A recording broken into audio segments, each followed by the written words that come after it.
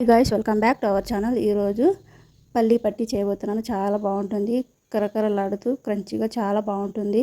మా ఇంట్లో ఎవ్రీడే ఇలా పల్లి పట్టి కానీ నువ్వు పట్టి కానీ ఎప్పుడు స్టోర్గా ఉంటుంది. చిన్నప్పుడైతే రూపాయికి ఒక పల్లి పట్టి వచ్చేవి. ఇప్పుడైతే ఇంట్లోనే ప్రిపేర్ చేసుకోవచ్చు చాలా ఈజీగా. నేనైతే ప్రతి ఒక్కటి ఇంట్లోనే ప్రిపేర్ చేస్తాను. హెల్తీగా చాలా మంచిది. బయటవి అయితే ఇప్పుడు అస్సలు తీసుకోవద్దు.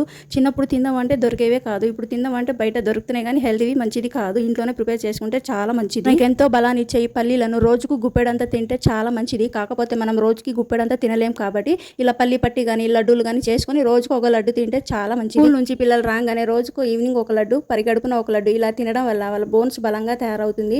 ఏజ్ అయిన వాళ్ళు, మిడిల్ ఏజ్, చిన్న పెద్ద అందరూ తినొచ్చు. ఇలా తినడం వల్ల మన బోన్స్ బలంగా తయారవుతుంది. పల్లీలతోనే ఇంట్లో ఇలా స్వీట్ ఐటెం చాలా రకాలు చేసుకోవచ్చు మనం నచ్చిన విధంగా. బయటవి అయితే అస్సలు తీసుకోకండి, అస్సలు మంచిది కాదు. పిల్లలకి అయితే అస్సలు పెట్టకండి. మనం ఇంట్లోనే చేసుకొని స్టోర్ పెట్టుకుంటే ఎప్పుడు కావాలంటే అప్పుడు పెట్టండి. పిల్లలు చాలా ఇష్టంగా తింటారు. ఇలా చేసి పెట్టండి. పల్లి పట్టి అంటే ఎవరికి ఇష్టం ఉండదు, అందరికీ ఇష్టమే. ఎందుకంటే పల్లీలను చాక్లెట్లో కూడా వేస్తారు. పల్లి పట్టి, పల్లి చిక్కి చాలా రకాలు చేసుకోవచ్చు. అవును, నాకు ఒక డౌట్, పల్లి పట్టి ఇష్టం లేని వాళ్ళు ఎవరైనా ఉన్నారా? ఉంటే కామెంట్ చేయండి. నాకైతే చాలా ఇష్టం, నాకు ఫేవరెట్ అనమాట పల్లి పట్టి. నేను ఎక్కువ ఇంట్లో ప్రిపేర్ చేసేది పల్లి పట్టి, నువ్వు పట్టి చాలా రకాలు చేస్తాను. పల్లి పట్టి అయితే రెడీ అయిపోయింది. ఇలా బాక్స్లో స్టోర్ పెట్టుకుంటే చాలా రోజులు తినవచ్చు.